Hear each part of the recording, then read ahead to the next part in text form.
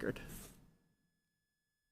Joey Ford, 44R Smith Street, founder and leader, Parent Data Force, independent educational watchdog reform initiative. Tonight, I just want to talk about a few different things. For one, I handed you guys 9 years of data regarding restraints. I asked for you guys to give a lot of questions and get to the bottom of why there were discrepancies and why the rates are so much higher for Attleboro compared to the rest of the state. Mr. Storrs, thank you for your efforts with this. I'm a little bit underwhelmed with the rest of the committee tonight. Chairman Geddes, members of the school committee, tonight I'm restating a simple request that should not be controversial. Before any drafting or redlining of a revised restraint and seclusion policy begins, you must hold a public community forum, separate from and in addition to the listening session you've already agreed to. Because once drafting starts, the district is no longer listening, it's committing, choosing definitions, thresholds, procedures, reporting language, oversight, and grievance pathways. If you draft first and listen later, the forum becomes a formality, a box check, a way to say, we heard you, after the direction is already set.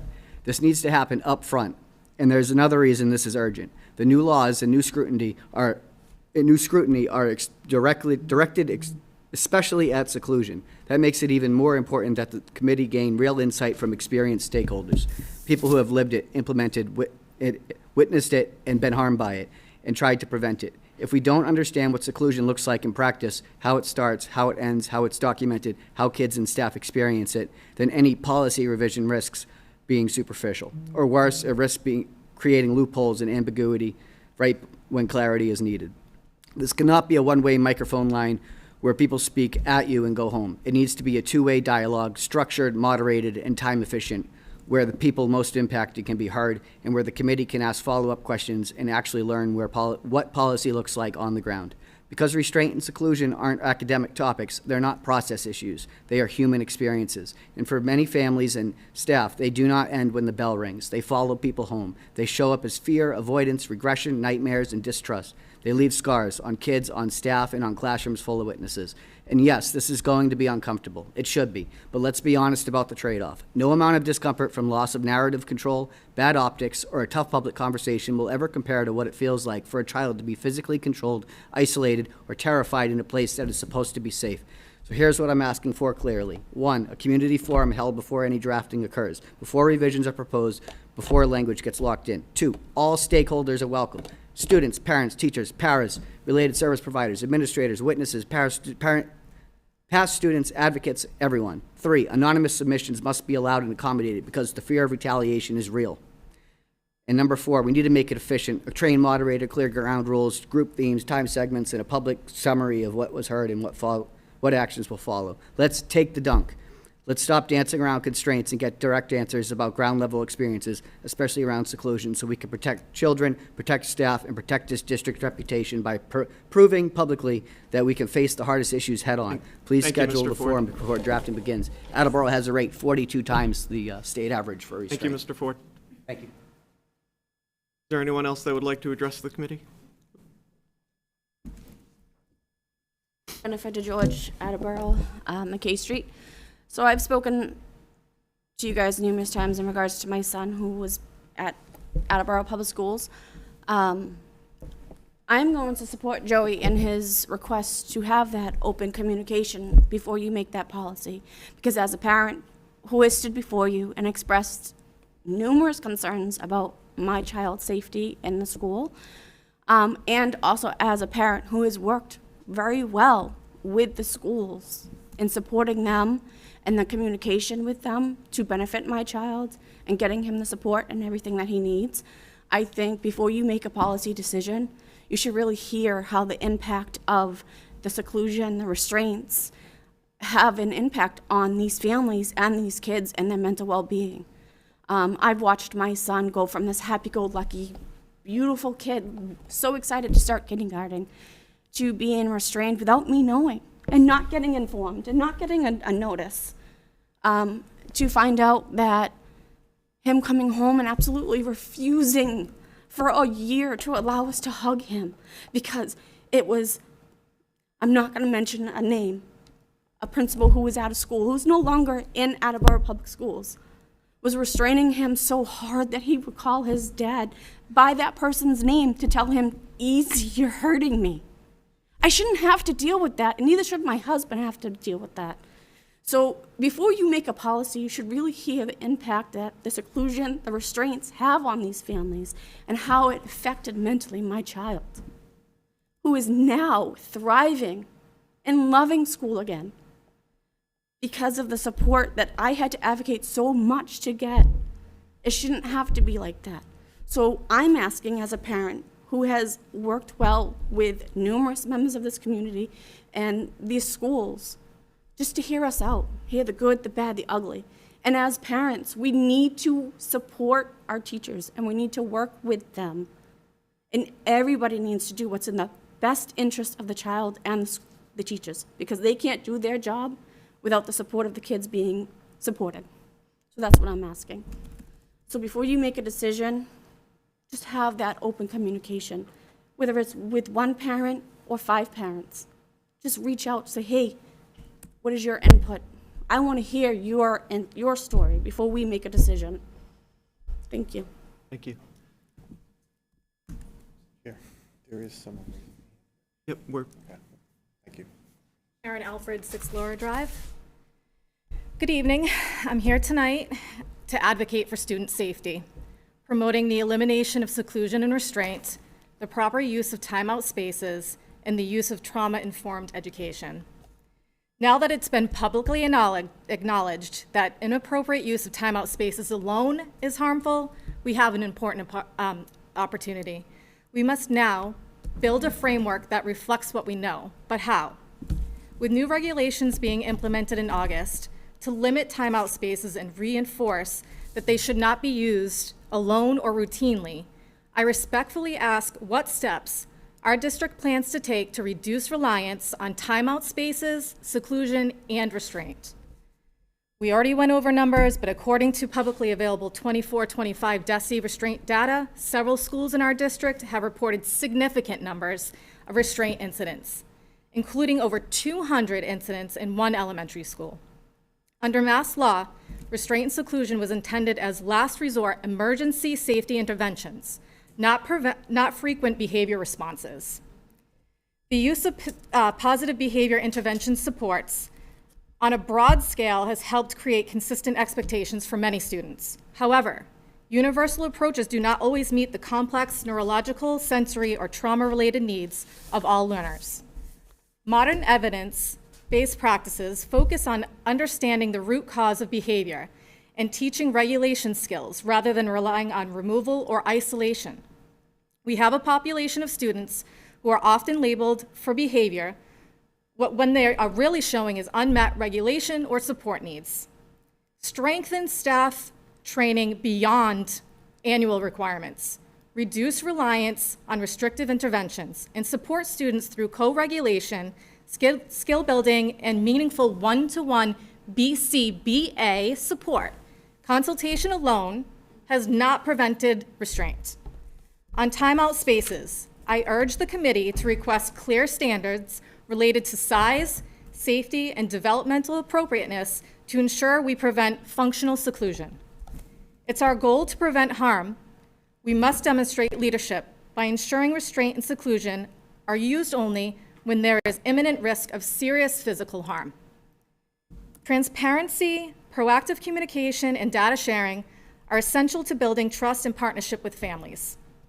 I ask the school committee and the district to continue to publicly share restraint data, trends, and reduction goals, allow family review and public comment on policy changes, request clear dimensional standards from DESE, lead in trauma-informed and neurodiverse practices, and join the Alliance Against Seclusion and Restraint. Thank you.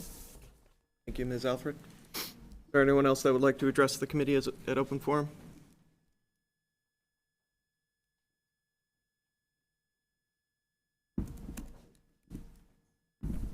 My name is Jason Alfred. Just real quick, when we're discussing the rules coming up in August, these aren't new rules or regulations. These are amendments. These aren't updates. These are amendments. These are rules that have been in effect that parents time and time again have come up and said to the school committee, to the administration, and they have been ignored. The fact that they need a grant to come into compliance means every single day that's passed, they've been out of compliance. The fact that you guys even need that is just mind-boggling. I mean, these are regulations you guys should have been following. The fact you haven't is ridiculous. Anyways, my name is Jason Alfred. I came here tonight with a prepared statement, and the longer I sit in there, the more I realize I don't even need the thing. I mean, I'm just, let me explain why I'm here. September of 2021, my son came home from school in kindergarten, 5 years old. I asked him how his day was. He says, Dad, adults were chasing me around the hallway. He might have used grown-ups. I remember having the pit in my stomach going, what the hell is he talking about? Adults chasing you around in school? Makes no sense to me.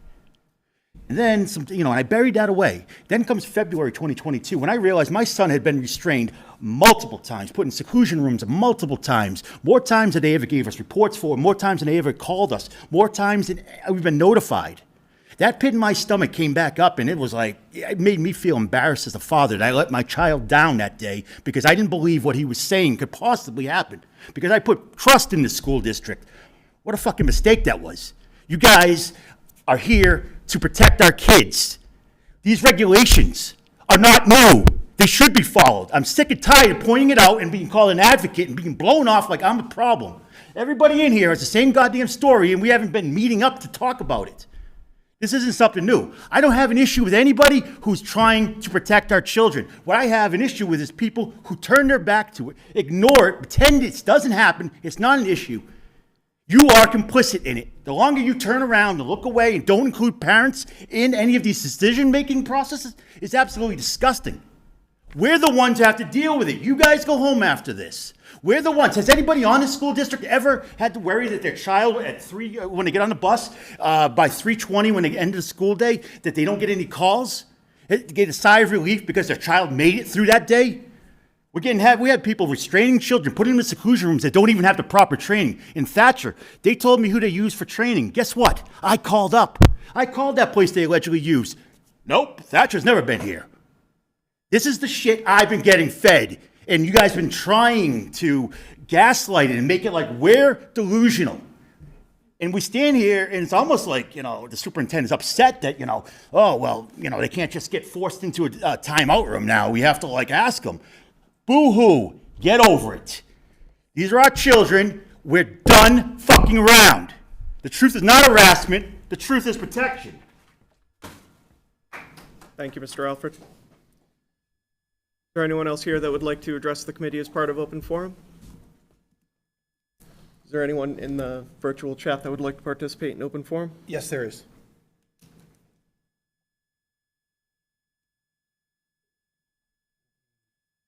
Good evening, everyone. Can you hear me? Please state your name and address for the record. Yes. So my name is Andrew Kerr, and as always, I choose not to waive my Fourth Amendment right. Obviously, tonight, there have been a lot of concerned parents, and I think the school board should take what is being said and actually take action upon it. The school board and the school committee, just like the city council, they have these ridiculous procedures where you, Mr. Chairman, you say, this time is for us to speak to you, and you guys are not able to speak to us or respond in any way. That is incredibly contrary to the point of transparency and allowing the accountability in the public to be able to actually have a fruitful conversation.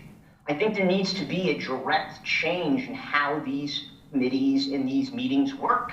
And I agree with Mr. Ford and all of the other speakers that you guys use this cop-out, oh, well, this is the structure, this is the way it's been. Well, then change it. It makes absolutely no sense that you guys are here to serve the people of Attleboro. And when we come in here and we talk about things that are really meritorious and deserve time and attention, you have the cop-out excuse, well, I'm sorry, I can't talk to you about it. That is the stupidest thing I've ever heard in my entire life. I have no idea why you guys are doing this. The second thing is, the other argument that the other speaker was making about why are we taking this $50,000 to get into compliance.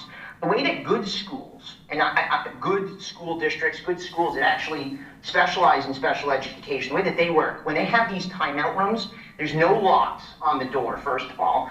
That is like child endangerment. That should be an arrestable offense. It's a fire code hazard. You can't lock a child in a room. But they would have a camera. There would be someone standing at the door. These rooms are padded. There is protections that go into it. The parents are always involved in how these holds and these procedures work, and that is clearly not happening. I have no idea why you guys think that you guys can lay hands on people's children and not expect a dramatic response like the last speaker from all of these parents. I have no idea why you guys would think you could do that, but I really do think you should listen to Mr. Ford and the other speakers. There should be more transparency, there should be more accountability, and there should be more public input. And stop with these bullcrap cop-out excuses. We can't talk to you about these legitimate problems. That is stupid. You are public servants. Do your freaking job. Thank you. Thank you, Mr. Kerr. So that will conclude open forum.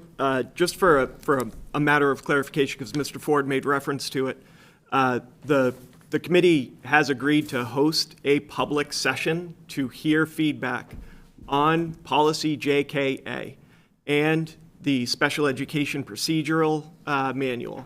That is something the committee has already agreed to. There is no limit to who can attend. The scheduling has not been determined yet, but it is something that is going to happen. So any statement that the committee is not interested in hearing this goes beyond all of the opportunities. The school committee has email addresses publicly posted on the website to hear feedback from the community at any time. All of our subcommittee meetings are open to the public and are shared here at each meeting so that the community knows when they are happening. They can attend the meeting, hear the discussion firsthand. So I just wanted to clarify that statement. To that point, this Wednesday, February 11th,